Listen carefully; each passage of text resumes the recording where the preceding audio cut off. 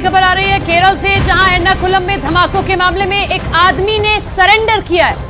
Police के मुताबिक Martin नाम का ये शख्स है, धमाकों में शामिल था। उसने सरेंडर किया है और ये कहा है कि वो धमाके में शामिल था।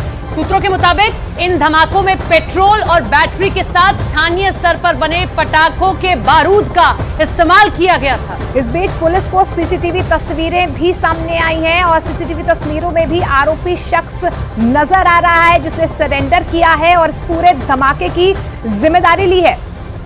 तो बड़ी खबर केरल के एर्नाकुलम से आप देख रहे हैं, जहां ये ब्लास्ट होता है, एक की जान चली जाती है, कई लोग घायल हो गए हैं।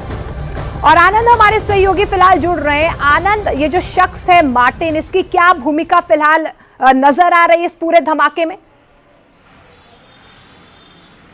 देखिए मोनिका, ये शख्स दावा कर रहा है कि ये इस ब्लास्ट के पीछे है।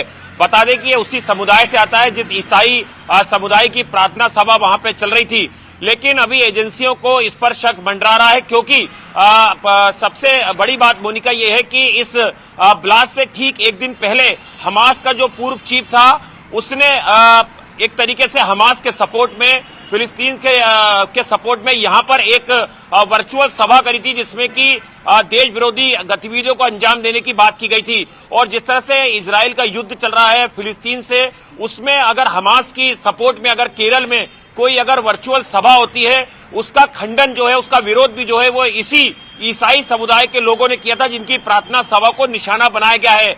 जो एजेंसी के सूत्र बता रहे हैं कि जिस प्रार्थना सभा को निशाना बनाया गया, जिसमें करीबन 2000 लोग शामिल थे, उसमें कई ऐसे नागरिक भी थे जो यहूदी विचारधारा से प्रभावित है या यहूदी थे। तो कहीं ना कहीं इससे एक आतंकवादी हमला देखकर एजेंसी अपनी जांच को आगे बढ़ा रही है। लेकिन इन सबके बीच में ये बताइए कि 2 दिन पहले किसी का संबोधन देना, उसके बाद में ये सब कुछ हो जाना, हमास से किस तरीके से कनेक्शन सामने आ रहा है? क्योंकि देश भर में अब अलर्ट जारी कर दिया गया इस ब्लास्ट के बाद। देखिए बिल्कुल सपना, अगर आप इसे देखें तो इसके तार बिल्कुल जुड़ते नजर आ रहे हैं, क्योंकि देखिए केरल में जिस ईसाइयों की प्रार्थना सभा पर हमला किया गया, उसी ईसाई समुदाय के लोगों ने इस बात की निंदा करी थी कि किस तरह से हमास को महिमा मंडित किया जा रहा है केरल में।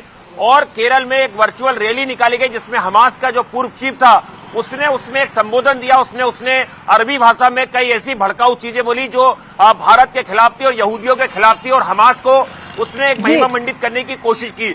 उसके बाद जब ईसाइयों ने इस बात का खंडन किया, इस बात की निंदा की, और उसके बाद ही अचानक से ये ब्लास्ट होता है। आनंद, कई पहलू सामने आ रहे हैं जो जांच का विषय है।